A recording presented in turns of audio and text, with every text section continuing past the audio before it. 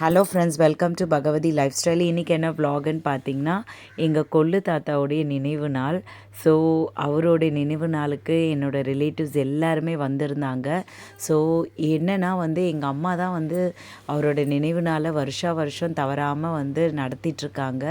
ஏன்னா எல்லாமே எங்கள் அம்மாவை வளர்த்ததுல இருந்து எல்லாமே அவர் தான் பண்ணினார். ஸோ அந்த ஒரு நன்றி கடனாக எங்கள் அம்மா அவர் இறந்ததுலேருந்து 40 இயர்ஸ் ஆகுது. ஸோ அவர் இறந்ததுலேருந்து எங்கள் அம்மா தான் எடுத்து நடத்திட்டுருக்காங்க. அதனால் வருஷம் அம்மா தான் அவங்க கையால் சமைச்சு எல்லாம் பண்ணுவாங்க. இந்த வருஷம் அவங்க முடியாமல் இருக்கிறதுனால, அதாவது டிசம்பர் மாதம் முழுக்க அவங்க இந்த ஹாஸ்பிட்டல், ஸ்கேன் சென்டர் அப்படி இப்படின்ட்டு சும்மா ஃபுல்லாக இந்த மெடிக்கல் ரிலேட்டடாக இருக்கிற எல்லா விஷயங்களுக்கும் போயிட்டு இன்றைக்கி தான் அவங்க கொஞ்சம் மூச்சு விட்டு அவங்களால நிம்மதியாக வீட்டில் இருந்த முடியுது. ஏன்னா இந்த ஒரு மாதமாக ஹாஸ்பிட்டல், அங்கே அட்மிஷன், இங்கே அட்மிஷன், இந்த ஹாஸ்பிட்டல் இல்லாமல் இன்னொரு ஹாஸ்பிட்டல் அப்படின்ட்டு, அதுக்கப்புறம் இந்த ஸ்கேன் சென்டர் இல்லை இன்னொரு ஸ்கேன் சென்டர்னு ஃபுல்லாக அப்படி தான் திரிஞ்சிட்டு இருந்தாங்க. ஸோ இவர் பார்த்திங்கன்னா எங்கள் வீட்டுக்கு கூட்டிகிட்டு வந்த பெட்டு என் பாப்பா தெரியாமல் என்ன பண்ணிட்டா, தூக்கி தெரியாமல் கீழே போட்டுட்டா. அதனால் அவர் ஒரு பேனிக் அட்டாக் மாதிரி ஆகிட்டு ஒரு மாதிரி அவர் நிலையே அவருக்கு தெரியாமல் இருந்தது. நாங்கள் ரொம்பவே பயந்துட்டோம். என்ன ஆச்சு ஏதாச்சு, ஏன்னா குழந்த அவ்வளோ ஆக்டிவாக, ரொம்பவே சுறுசுறுப்பாக, ஜாலியாக, என்ஜாயபிளாக, ரொம்ப ஒரு என்டர்டைனிங்காக இருந்தார் அந்த 2 ஹவர்ஸ்க்கு. அதுக்கப்புறம் என் பாப்பா கீழே போட்டதுலேருந்து அவரால் எதுவுமே பண்ண முடியல. என் பாப்பாவுக்கு ரொம்ப பயந்துட்டா. ஐயோ என்னால் இந்த மாதிரி ஆயிடுச்சு அப்படின்னு சொல்லிட்டு உடனே அவரை பெட் ஹாஸ்பிட்டலுக்கு கூட்டிகிட்டு போனோம். டாக்டர் செக் பண்ணிவிட்டு ஒன்றும் இல்லை, பெட் கீழே விழுந்ததுனால அந்த அதிர்ச்சியிலேருந்து ஒரு மாதிரி பேனிக் அட்டாக் மாதிரி ஆயிடுச்சு. ஸோ அதுக்கப்புறம் அவங்களுக்கு இன்ஜெக்ஷன்லாம் போட்டு அதுலேருந்து ரிலீவ் ஆகிட்டு, அதுக்கப்புறம் ரொம்பவே பழைய மாதிரி நல்ல ஒரு என்தூசாஸ்டிக்காக ஆகிட்டார். நாங்கள் ஆர்டர் கொடுத்துட்டோம். வெஜ் பிரியாணி, ரைத்தா அண்ட் கத்திரிக்காய் கட்டா. ஸோ இது 3த்துமே நாங்கள் ஆர்டர் கொடுத்துட்டோம். ஸ்வீட் நாங்கள் ஒரு பால்கோவா வாங்கிட்டோம். பால்கோவா வாங்கிட்டு எல்லாருக்குமே லன்ச் இங்கே தான். ஸோ எல்லா குழந்தைங்களும் ஜாலியாக என்ஜாயிங்காக இருந்தது. ஆக்சுவலாக என்னோடய மைண்டும் ஃபுல்லாக ஸ்ட்ரெஸ்ஃபுல்லாக அண்ட் டிப்ரெஷனாக இருந்தது. ஒரே ஹாஸ்பிட்டல், அந்த ஒரு சர்க்கம்ஸ்டன்ஸ்லேயே சுற்றிட்டு இருந்தேன், அந்த ஒரு இதுலேயே. ஸோ அதனால் இன்றைக்கி தான் வீட்டுக்கு சரி இந்த நாளை நம்ம தவற விடக்கூடாது, அம்மா கரெக்டாக எடுத்து பண்ணிகிட்டு இருந்தாங்கன்னு சொல்லிட்டு எல்லா ரிலேஷனும் எனக்காக அவ்வளோ ஒரு வேலையை எடுத்து போட்டு அவங்கவுங்க ஒரு ஒர்க்கு, என்னோடய தம்பி ஒய்ஃபெல்லாம் நல்லாவே ஹெல்ப் பண்ணால் சூப்பராக படத்தெல்லாம் க்ளீன் பண்ணி நீட் பண்ணி அலங்காரம் பண்ணி பூவெல்லாம் போட்டு ரொம்பவே சூப்பராக.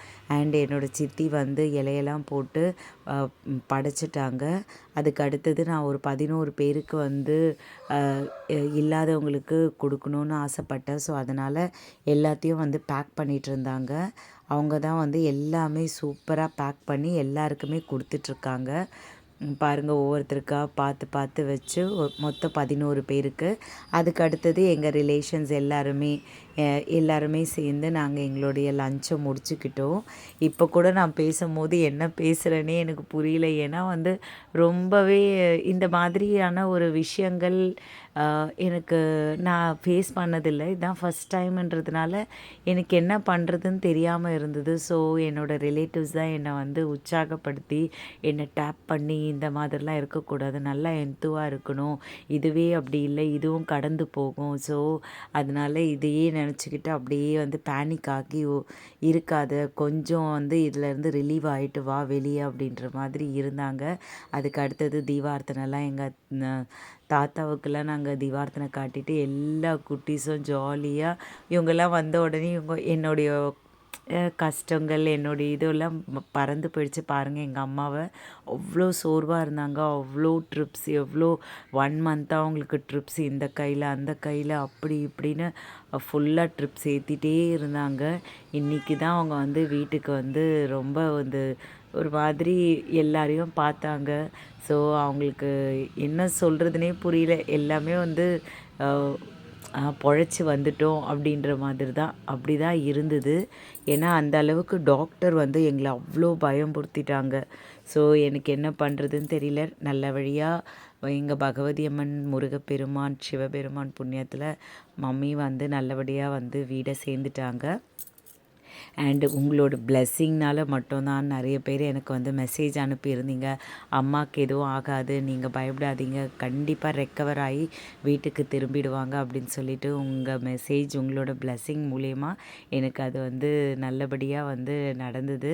ஸோ இந்த மாதிரி தான் எங்களுக்கு இந்த டே ஃபுல்லாக முழுக்க முடிஞ்சது. ஏன்னா வந்து எல்லா குட்டீஸும் வந்து என்னோடய மைண்ட், எல்லாமே மாற்றி ஒரு மாதிரி அந்த ஜோன்லேருந்து வெளியே கொஞ்சம் கொஞ்சமாக நான் வந்துட்டுருக்கேன். ஆக்சுவலாக எங்கள் அம்மா இன்னும் வந்து பழைய மாதிரி ஆகலை. ஒரு மாதிரி சோர்வாக, ஒரு மாதிரி என்ன கொடுக்குறோமோ அது மட்டும் கொஞ்சமாக எடுத்துகிட்டு சாப்பிட்டுட்டு ஒரு மாதிரி ஸ்லீப்பிங்லேயே இருக்காங்க. இன்னும் அவங்க வந்து கரெக்டாக அந்த இதுக்கு வரல. அது எவ்வளோ நாள் எடுக்கும்னு தெரியல. நானும் அதுக்காக தான் வெயிட் பண்ணிகிட்ருக்கேன். ஏன்னா எங்கள் அம்மா வந்து அவ்வளோ ஆக்டிவ். ஒரு நிமிஷம் கூட அப்படி இப்படின்னு உட்காரவே மாட்டாங்க. ஃபுல்லாக வந்து வேலை பார்த்துட்டே இருப்பாங்க. க்ளீனிங்கு, அப்புறம் சமைச்சிட்ருக்கிறது எல்லாம் அவங்க சமைச்சு எல்லோரும் சாப்பிட்ணுன்னு நினைப்பாங்க. அதுக்கு அடுத்தது என் பாப்பா, என்னோடய குட்டீஸ் எல்லாருமே போயிட்டு மாடியில் வந்து இந்த மினியேச்சர் வச்சுட்டு என்னென்னமோ சமைச்சிட்டு இருந்தாங்கங்க. லைக் என்னது பொட்டேட்டோ ஃப்ரெஞ்ச் ஃப்ரைஸுன்னு நினைக்கிறேன். ஸோ அதுதான் பண்ணிகிட்டு இருந்தாங்க. ஸோ அடுப்பு வந்து சரியாக எரியலன்னு நினைக்கிறேன். அவங்களுக்கு சரியாக எரிய வைக்க முடியல. ஸோ என்னாலையும் எங்கள் அம்மாவை தனியாக விட்டுட்டு மாடிக்கு போக முடியல. ஏன்னா வந்து கூப்பிடுவாங்க அடிக்கடி. ஸோ அப்போது நான் வந்து கரெக்ட் ஆன் டைமுக்கு அங்கே இருக்கணும். ஸோ அதனால் நான் போகல. என்னோடய தம்பி ஒய்ஃப் தான் போய் அங்கே வந்து என்னென்னலாம் அவங்களுக்கு ஹெல்ப் பண்ணிகிட்டு இருந்தாங்க. இருந்தாலும் அது சரியாக வரலை. ஆக்சுவலாக எல்லாமே வந்து பண்ணிட்டாங்க. வேகலாம் வச்சுட்டாங்க அண்ட் அந்த மேரினேட்லாம் பண்ணிட்டாங்க. பட் ஃப்ரையிங் பண்ணும்போது அவங்களுக்கு அடுப்பு வந்து ஒத்துழைக்கலை. ஸோ அதனால் வந்து அவங்களுமே ரொம்ப ஒரு மாதிரி டிசப்பாயிண்ட்டாக ஆகிட்டாங்க. வீட்டுக்கு வந்து கீழே வந்து தான் திருப்பி கேஸில் வச்சு அந்த ஃப்ரெஞ்ச் ஃப்ரைஸ்லாம் ஃப்ரை பண்ணி எல்லாருமே ஷேர் பண்ணி சாப்பிட்டாங்க. ஸோ இந்த மாதிரி தான் போச்சு. என்னோடய மூடை சேஞ்ச் பண்ணுறதுக்கு என்னோடய ரிலேட்டிவ்ஸ் தான் ஃபுல்லாக ஹெல்ப் பண்ணி எல்லாருமே இங்கே வந்து எல்லோரும் எங்கள் கூடவே அவ்வளோ நேரம் இருந்தாங்க. ஆக்சுவலாக மறுநாள் பார்த்திங்கன்னா வந்து நியூ இயர் ஆரம்பமாக போகுது. நான் வருஷம் நியூ இயர்னால் நைட்டு 12 மணிக்கு தீபார்த்தனைலாம் காட்டி அலங்காரம் பண்ணி சாமிக்கு பூஜை ரூம் பண்ணி அதுக்கு அடுத்தது தீபார்த்தனைலாம் காட்டி கோவிலுக்கெலாம் போயிட்டு வருவோம். ஸோ எங்கள் சித்தி என்ன சொன்னாங்கன்னா, இதெல்லாம் வந்து நிறுத்தாமல் அதே மாதிரி எப்பவுமே என்ன பண்ணுவியோ அதே மாதிரி பண்ணு அப்படின்னு சொல்லிட்டு என்னை பண்ணிவிட்டு அவங்களும் எனக்கு கொஞ்சம் ஹெல்ப்ஃபுல்லாக இருந்தாங்க. பக்கத்துலேயே இருக்கிறதுனால வந்து அடிக்கடி பார்த்துட்டு காலம்பரை வந்தாங்கன்னா அப்பப்போ வந்துகிட்டே இருப்பாங்க. வந்து பார்த்துட்டு நைட்டு வரைக்கும் ஒரு 12 வரைக்கும் இருப்பாங்க. இருந்துட்டு கிளம்பிடுவாங்க. ஏன்னா பக்கத்துலேயே இருக்கிறதுனால எனக்கும் கொஞ்சம் ரொம்பவே சூப்பராக இருந்தது. பாருங்கள் இந்த குழந்தைங்களோட அட்ராசிட்டிஸ் நானுமே இப்போ வீடியோவில் பார்க்குறது தான். நான் ஆக்சுவலி மாடிக்கு போய் பார்க்கவே இல்லை. இந்த வீடியோவில் இப்போது பார்த்துட்டுருக்கேன். நான் வாய்ஸ் ஓவர் கொடுக்கும்போது தான் பார்த்துட்டுருக்கேன் என்னென்னலாம் பண்ணியிருக்கிறாங்க அப்படின்ட்டு. ஸோ பாருங்கள் அவங்க வந்து ஒரு 4 போனாங்க. 7 வரைக்கும் அந்த ஃப்ரெஞ்ச் ஃப்ரைஸ் வந்து அவங்களால கரெக்டான பதத்தில் எடுத்துகிட்டு வர முடியல. ஆக்சுவலாக வேகலாம் வச்சுட்டாங்க. அதுக்கப்புறம் ரொம்ப இருட்டின தருவாயில் கீழே இறங்கி வந்துட்டாங்க. வீட்டில் வந்து அதை ஃப்ரை பண்ணி அதுக்கப்புறமா எல்லாருமே வந்து ஷேர் பண்ணி சாப்பிட்டாங்க. அதில் அவங்களுக்கு ஒரு பேரானந்தம் சூப்பராக இருந்தது. அவங்க பெரியபாளையம் போயிருந்தாங்க. அப்போது வந்து எங்கள் சித்தி வீடு. ஸோ அவங்க வந்து இந்த மினியேச்சர்லாம் அந்த மண் பாத்திரம் அதெல்லாம் வாங்கிட்டு வந்து குழந்தைங்களுக்கு கொடுத்தாங்க. ஸோ அதில் இவங்க எல்லாருமே வந்து இதெல்லாம் பண்ணிகிட்டு இருந்தாங்க. இதை பாருங்கள் எப்படியெல்லாம் அட்ராசிட்டிஸ் பண்ணுறாங்க. ஆக்சுவலாக இப்போ தாங்க நான் பார்க்குறேன், உன்னிப்பாக பார்த்துட்டுருக்கேன் என்னென்னலாம் பண்ணுறாங்க அப்படின்னு சொல்லிட்டு. ஸோ எனக்குமே ரொம்பவே ஆசையாக இருந்தது போய் பார்க்கலான்னா. ஆனால் அம்மாவை கொஞ்ச நேரம் கூட அப்படி இப்படின்னு விட்டுட்டு நம்ம போக முடியாது. ஏன்னா அவங்க கூடவே இருக்கணும். அப்போ தான் அவங்க கூப்பிட்ட வாட்டி நம்ம போய் ஆன் டைமில் நிற்க முடியும். ஸோ தேவைன்னா அவங்களுக்கு எல்லாமே பண்ண முடியும். ஸோ அதனால் மட்டும்தான். அதுக்கு அடுத்தது இதெல்லாம் முடிஞ்சு எல்லாம் பண்ணின அடுத்தது நான் வந்து சாமிக்கெல்லாம் அலங்காரம்லாம் பண்ணி அவங்களுக்கெல்லாம் வந்து ரெடி பண்ணி அதுக்கு அடுத்தது கோவிலுக்கெல்லாம் கிளம்பிட்டேன். இன்னமும் அவங்க வந்து முடியாமல் வச்சுட்டுருக்காங்க போல். ஸோ இப்போ தான் நானே பார்க்குறேன் என்னென்ன பண்ணுறாங்க அப்படின்னு சொல்லிட்டு. ஆக்சுவலாக இவங்களுக்கு இதெல்லாம் பண்ணால் வந்து நானுமே சின்ன வயசில் கூட்டாஞ்சோறு அந்த மாதிரி தீம்லாம் பண்ணியிருக்கேன். இப்போ அதை பார்க்கும்பொழுது அந்த ஞாபகம் வருதே, பழைய நினைவுகள். சூப்பராக இருக்குது பாருங்கள். எங்கள் பாப்பா தான் வந்து எல்லாமே கலரின்னு இருக்கா. எல்லா குட்டீஸும் அவங்கவுங்க பங்கு அவங்கவுங்க வீட்டிலேருந்து ஒவ்வொரு பொருளாக எடுத்துகிட்டு வந்து எல்லாத்துக்குமே பண்ணிகிட்டு இருந்தாங்க. ரொம்பவே இருட்டாயிடுச்சுன்னு நினைக்கிறேன். 7 o'clock மேலே ஆயிடுச்சு. ஸோ என்னோடய தம்பி ஒய்ஃப் தான் போயிட்டு கீழே கூட்டிகிட்டு வந்தாங்க. போதும் நீங்கள் பண்ணினதெல்லாம் அப்படின்னு சொல்லிட்டு. அதுக்கு அடுத்தது வாசல் தெளித்து கோலம்லாம் போட்டேன். கோலம் போட்டு லாஸ்ட்டாக முடிக்கிற வாட்டி மழை லேசாக தூற ஆரம்பிச்சிருச்சு. எனக்கு மனசே கஷ்டமாயிடுச்சு. எங்கே கோலம், ஏன்னா இந்த 1 மாத காலமாக நான் கோலமே போடலைங்க. என் வாசல் வந்து அப்படியே ஒரு மாதிரி இருந்தது. சரி இன்றைக்குமே அந்த மாதிரி விடக்கூடாது அப்படின்ட்டு மெனக்கெட்டு கீழே இறங்கி போயிட்டு கோலம்லாம் போட்டு விட்டு கலர்லாம் பண்ணி என்னோடய தம்பி குழந்தைங்க என்னோடய பாப்பா நான் 4 பேரும் சேர்ந்து இந்த கோலத்தை போட்டோம். அப்புறம் பார்த்தா மழை தூறுச்சு. இதில் மெடிக்கல் மிராக்கிள் என்னென்னா, மழை வந்து எனக்கு என்னென்னா மழை பெஞ்சாலும் பரவாயில்ல, ஆனால் வந்து 12 o'clock நம்ம தீபார்த்தனை காட்டுற வரைக்கும் அந்த கோலம் இருக்கணும் அப்படின்ற மாதிரி தான் நான் வேண்டிகிட்டு இருந்தேன். அதே மாதிரி நான் கோவிலுக்கெலாம் போயிட்டு வீட்டுக்கெலாம் வந்துட்ட வாட்டி கூட எனக்கு கோலம் கொஞ்சம் கூட கலையவே இல்லை. அப்படியே இருந்தது. அது எப்படி மிராக்கல்னு தெரியவே இல்லை எனக்கு. நான் கொடுங்கலூர் பகவதி அம்மனுக்கு தான் நன்றி சொல்லணும். ஏன்னா அந்த அளவுக்கு அந்த கோலம் அப்படியே இருந்ததுங்க. அது எப்படி ஒரு மெடிக்கல் மிராக்கிள் அப்படின்வாங்க இல்லைங்களா, அந்த மாதிரி தான் இருந்தது. கோலம் கொஞ்சம் கூட கலையவே இல்லை. அதுக்கு அடுத்தது கோவிலுக்கெல்லாம் நாங்கள் கிளம்பிட்டோம். பாருங்கள் கோவிலெலாம் எவ்வளோ ரெடி பண்ணி சூப்பராக நியூ இயருக்கு ரொம்பவே பிரம்மாண்டமாக எங்கள் வீட்டுக்கிட்ட இருக்க கோவிலை அலங்காரம் பண்ணி வச்சுருந்தாங்க. ஸோ இப்படி தாங்க இந்த டே போச்சு. கோவில் நல்லா இருக்கா அப்படின்னு சொல்லுங்கள். ஸோ எங்கள் வீட்டு பக்கத்துலேயே இருக்கிறதுனால எங்களுக்கும் கொஞ்சம் சூப்பராக இருந்தது.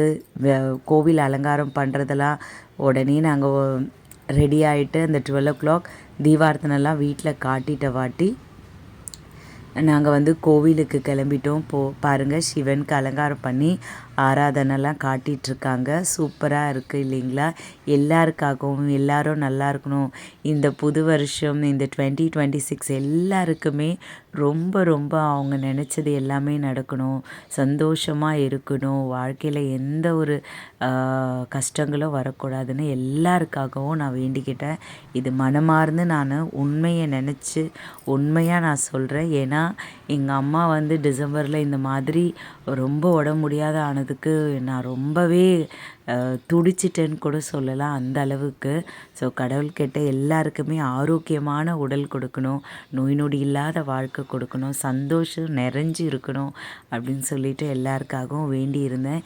எங்கள் பக்கத்தில் இருக்க கோவிலில் எவ்வளோ அழகாக அலங்காரம் பண்ணியிருந்தாங்க. பார்க்குறதுக்கு கண்ணு கோடி வேணும், அந்த அளவுக்கு அலங்காரம் பண்ணியிருந்தாங்க. ரொம்பவே நல்லா இருந்ததுங்க பார்க்குறதுக்கு.